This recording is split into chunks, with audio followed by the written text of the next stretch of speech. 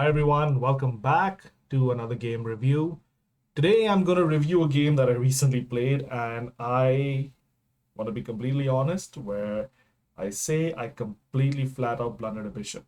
But I didn't panic, I didn't stress, I just played good positional chess afterwards and uh, I ended up I ended up winning the game because my opponent blundered after. So let's get into it. Let me show you what we're looking at. So this was more of a Caro-Kann defense. Now you remember when I spoke to you the last time, the Caro-Kann defense has some weaknesses and you have to make sure that you capitalize on those weaknesses. So game starts off pretty straightforward, e4 and then Caro-Kann c6. Uh, I try to take control of the center, remember the principles, control the center, bring out your minor pieces, get your king to safety, connect your rooks. Those are the basic principles that I follow in almost every chess game that I play. Uh, yeah, so opponent plays d5, which is very normal for Caro-Kann. I play my knight out, I'm defending my pawn over here, but putting some pressure on the d5 square. Not exactly full pressure, but opponent takes, again, very standard here, very book. Opponent brings their knight out.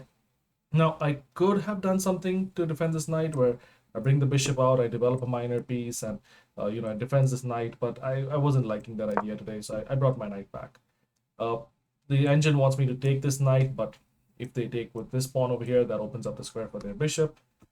Wasn't too fond of that. I know that it might stop the king from castling here, but nothing stopping the king from castling here either. So I went back with my knight because I still wanted to formulate a good plan in place. Now, opponent brought their pawn out.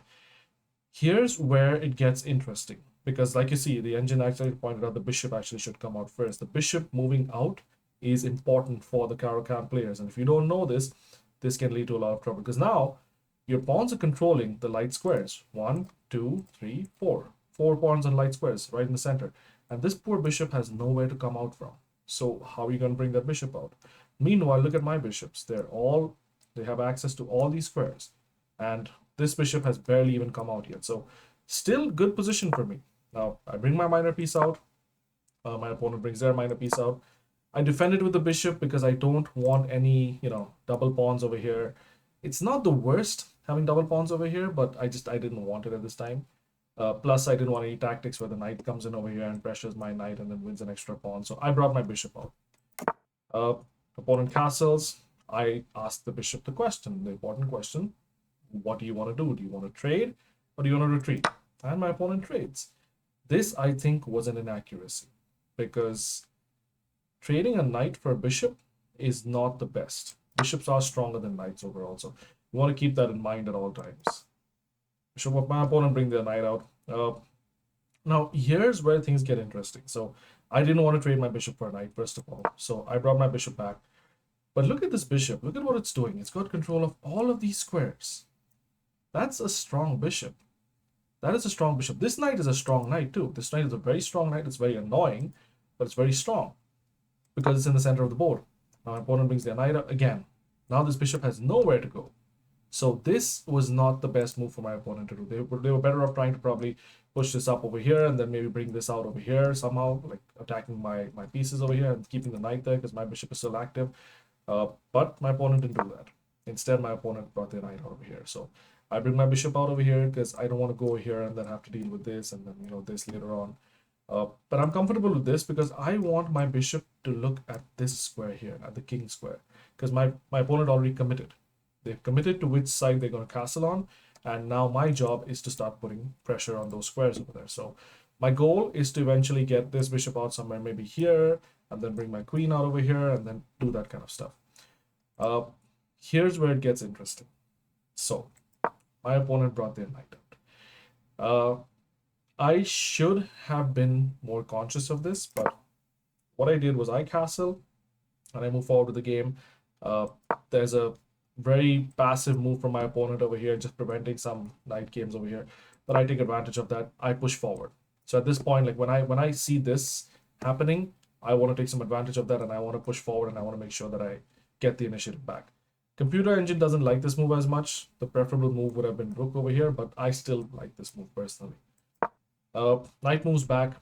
Here's where I had a minor inaccuracy. I thought I was going to drive the knight away by doing this, but really what I forgot was now the square is open again for this knight to come back. And now I kind of did that to myself. The knight is back, and I don't have any good way of pushing that knight away now. So that was on me. That was my one inaccuracy. It wasn't a blunder yet. I'll show you where the blunder comes in. So bring the rook out, put pressure on this pawn. Basic chess. Now my opponent moves their pawn up. I'm not going to take that pawn because I don't want to take that pawn and open up the opponent's rook, because that would be advantageous for the opponent and does nothing really for me, because essentially I'm just losing this central control of this square. So I want to force my opponent to decide what they do with that pawn. Instead, I'm going to move my knight out here and make it more annoying, putting pressure on this piece, potentially attacking this piece. So my opponent has to react to that instead. And that's where my opponent brought this queen out over here. This is where it gets interesting. So here, now, my thought process was I need to protect this knight somehow, because if my opponent did something like, they did this, they take over here, I take back, my opponent takes, I take back. My knight is only defended by this, which I'm not really liking. There's other tactics over here where my opponent could have put pressure on my knight over here and then sort of driven it away. Not exactly happy with that scenario. So what I did was I made a blunder instead of thinking it through. Instead of going here first, I actually brought my bishop out. And what I forgot bringing my bishop out was that this knight is actually looking at this square. And that was a very, very difficult thing to see. Like, it's hard sometimes. Sometimes you have tunnel vision, and I just did. So this bishop is just gone for free now. So my opponent caught up with it, and he saw it, and he took my bishop, and now I'm down a bishop, a full bishop, just like that. So important thing to consider though, don't panic, don't resign, don't change anything. Keep playing good positional chess and keep playing good structured chess. I still have my bishop looking at this, but it's under attack right now. And now that I'm down material, I'm not trading pieces off the board. So first things first, pull my bishop back. I want to keep my pieces as best as I can. Knight goes back, because my opponent probably saw that this knight is very undefended, it's very weak, but this is a very strong square for the knight to be at right now, because there's no good way for me to get rid of this knight. But game goes on. I'm trying to put my queen out there and actually bring my queen over here. Maybe put some pressure on this pawn over here by bringing, my knight out over here, and then maybe here once I get rid of this knight somehow. There's a lot of ifs, ands, or buts, but that's the plan. The plan is put pressure where the king is right now. So my opponent takes, I have to take back, and then my opponent plays this move, which is actually attacking my knight. But what I did here was I chose to defend my knight, but also put pressure back on the opponent. So I chose to move my queen in the attack, where my queen actually comes over here and looks at this pawn, but at the same time, it defends my knight. So now I have two defenders for this knight. But I also know that my opponent is a strong opponent, and they're likely looking to trade off material now. So there's a good chance my opponent wants to trade off queens right now, because they're up a full piece, a full minor piece. So why wouldn't you? I would. I personally would. So my opponent takes. So instead of trading with the queen, because I know as soon as I trade with the queen, my opponent's going to trade with the queen, and I'm going to bring my rook out over here, which doesn't really help me as much. So instead of that, I took with the rook, because I don't want the trade of the queens. And here, my opponent did the right thing by actually, moving the knight away, thinking about putting some pressure. But what I also realize is that now my rook is pinned, because my opponent wants to take my queen. They want to attack they want to trade pieces off the board. And somehow or the other, they're going to put some pressure on this rook. I mean, this was not the best move. I would say I would have personally played this out over here. I know it's kind of like, it's blocking the point for the knight, but that allows a queen trade right away. But having said this, so now I had to think about what am I going to do about this rook. I could have brought my rook in here and actually defended the rook to play. I could have thought about some other variations of, possibly trying to take this piece over here, but that's a blunder, because once you take, I have to take back, and then I lose a rook as well. That wasn't an option. I thought about some other variations where, I just pull the rook back over here, and then suddenly if they trade queens, then I'm looking at this over here. But I have to look at maximum danger. The Gotham says that maximum danger, and actually where you can find it. So what I did instead was I played my rook to g5. Because think about this for a second now. My opponent is looking at my queen, yes, but my queen is also looking at my opponent's queen. And that's the most important thing right now for my opponent to look at.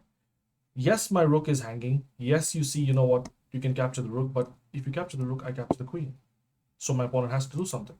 And I don't want to break my pawn structure over here. I don't want to double up my pawns over here. But at the same time, if my opponent takes with the queen, I can take back with the rook. And now I have, you know, a rook and a bishop looking at my opponent's king. But look at this position. Realistically, yes, I am down a piece. I'm down a minor piece, and it's very, very bad for me right now. But positionally, my opponent's rooks are still on the bottom rank. Their bishop is not even active right now. They can't activate it very easily. The only spare for this bishop to go is over here, and even there, it's looking at somewhat looking at the king, but there's a lot of work to be done before that. Meanwhile, look at my pieces. The only piece that's not activated right now is this rook, and my next move would have been bringing this rook to this open file over here, and I have a full open d file for my rook, which was going to be my next move.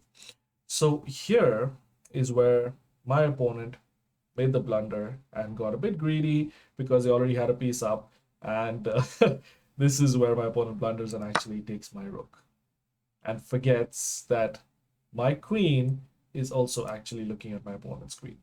So this is where my opponent just resigns.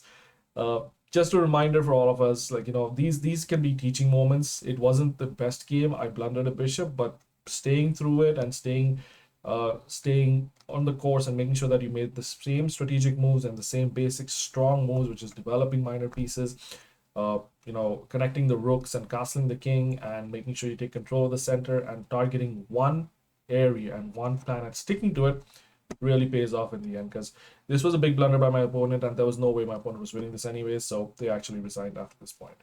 And that was the game, folks. Thank you for watching and see you next time.